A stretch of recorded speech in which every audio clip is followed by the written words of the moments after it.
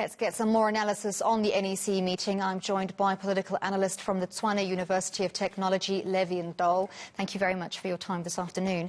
So this NEC meeting agenda includes a number of very serious and pressing issues: the vaccine rollout delays, the upcoming local elections, the step-aside rule, and President Cyril Ramaphosa's upcoming testimony at the State Capture Commission.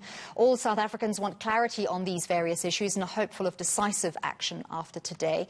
But do we expect too much from this NEC meeting? Well, I think the ANC is coming at a time when not only the ANC but South Africa has got a number of challenges. And I think most South Africans are saying we need to get the ANC leadership that is able to come up with something tangible, that is also able to bring hope to the many challenges that ordinary South Africans are actually facing. A number of universities, as we speak today, have not been attending class, or they have not been functionally working properly because of the funding of higher education. Also, at the same time, the ANC still has to face the upcoming local government elections united. But I think primary to what most people are expecting, it's what you actually started by putting there as a pre to this discussion, that you have got an ANC that is paralyzed. And that is why when the ANC is meeting, you will still get some people marching and actually putting more demands, because there seems to be an element of not being able to take decisions that are in the best interest of the ANC members and the South African population in general. Where do you think this paralysis comes from? And we hear it time and time again when we speak to experts, when we speak to politicians, when we speak to social organizations. They say the decisions that are taken are good. The policies that are put in place are good. But the implementation is shocking. So where does the paralysis set in?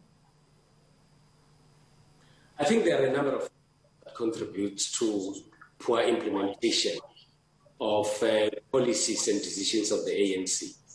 I think for me, in the main, is the capacity of the ANC to identify right people to occupy right positions. If the ANC has got a proper framework on policies, it should also provide right people to be able to implement those policies. And unfortunately, that is one other area that is actually quite wanting on the part of the ANC. Let us look at local government. The MEC of Gauteng provided a report on the state of local government in Gauteng. That was a few weeks ago. And in his report, it says that almost all municipalities in Gauteng, with the exception of Midvaal, they are actually not functioning. And the majority of people that are working in the municipalities do not meet minimum requirements. That should be an area of concern. And this is the ruling party that has been in power for quite some time.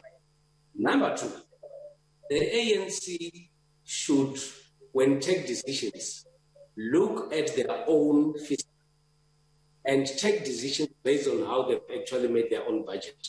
And unfortunately, there don't seem to be a relationship between decision-making and how the resources are actually going to be utilized. And that is one other area that is actually problematic on the part of the ANC.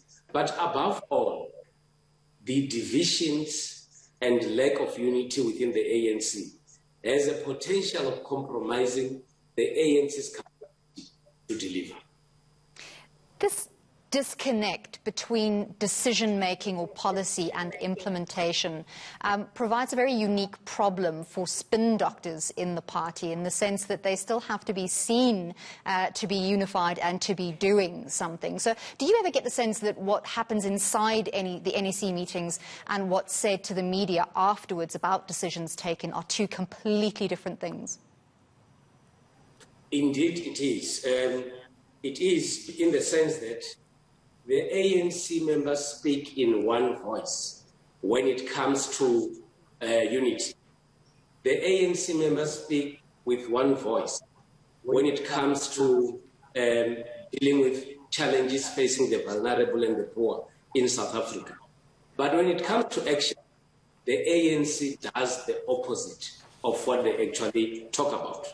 It is the very same ANC that talks about unity in its right, but it is the very same ANC members who would actually be demonstrating or behaving in a manner that actually demonstrates that within the ANC there is no unity. And that should be a worrying factor.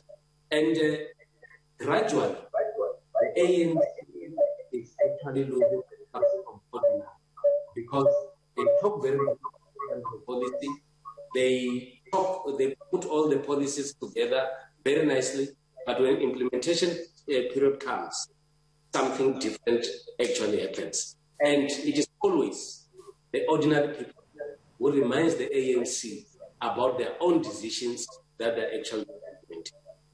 Well, it's going to be interesting to see what happens with regards to that disconnect at the local elections later this year. Thank you very much for speaking to us. That was Tshwane University of Technology analyst Levy Ndou.